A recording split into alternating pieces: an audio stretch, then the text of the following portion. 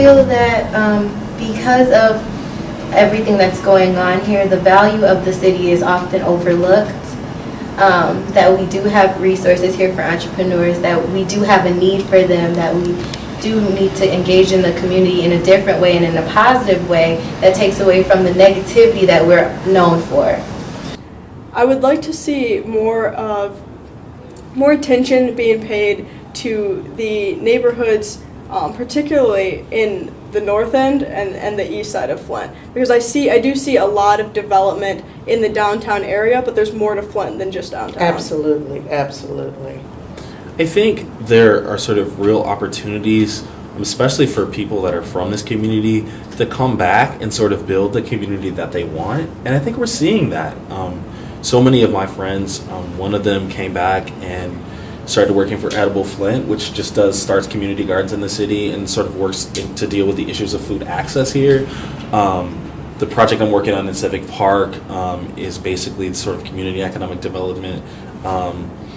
Huge piece done by Joy Tabernacle, so they got a bunch of money from Ruth Mott, and they're sort of using the youth to sort of transform that neighborhood, right?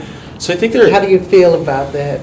It feels good. I mean, Flint, when I was 10 or 15, was very different downtown and even in the sort of cities, very depressed in a way that I think it's not now. Like, I think that there's like this real energy to come back to the city, to use your skills here to build something different. And I think unfortunately, some of it's unfortunate, but also some of it's pretty fortunate that there's cheap housing, there's like a cheap way to sort of do this that's attracting people to come back.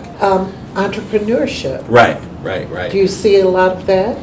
Yeah, and so maybe I'm sort of partial to like the urban gardening stuff, but like I have a bunch of friends that have started urban garden businesses and are like selling at the farmer's market and all this sort of stuff that's caught up on that, as well as people that are interested in like upsizing a catering service and doing that sort of stuff, right? And seeing the needs of the community and maybe capitalizing on some of those needs, you think?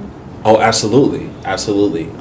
So a lot of it, like I said, is food access, but there's also like the need for medical. There's also the need for sort of creative opportunities. There's also the need for, I would say, Black-owned business, Black-owned restaurants, Black-owned places, lounges, those sort of things. And I think that's sort of starting to happen, right? And so, yeah, I think it's a good time to be in Flint. So it's definitely interesting, the kind of gap between the generation that came before me, so my parents, and then our generation, because my parents grew up in a generation, or at least on the edge of a generation, where you could still get that GM job with the pension at the end, and so I was kind of raised in this environment where that was the role model, that was the figure to look up to, but by the time I reached kind of the employable age, that's not really the reality anymore. There's not those pension jobs out there anymore. The biggest provider of pensions, the National Armed Services, no longer are providing pensions anymore. Now they're switching over to a 401k, and so it's just that's same thing with the auto industry, right? Yeah, and so it feels kind of like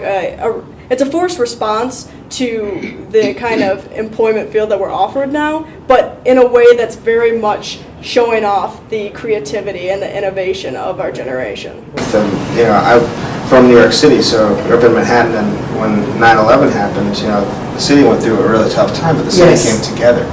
And in interesting ways, people formed bonds that they never did before.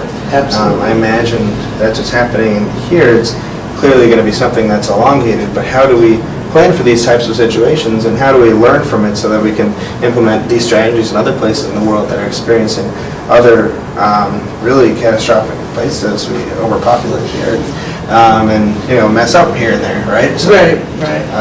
It's something that's not so simple. It seems just on the television. Flint has no water. It's terrible there. There are a lot of really complex issues and ways that people are dealing with it. They're very creative.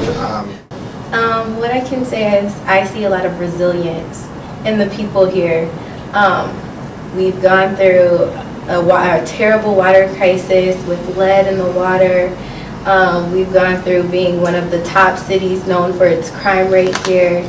And yet and still people come and they work hard and they make their dreams come true in the city.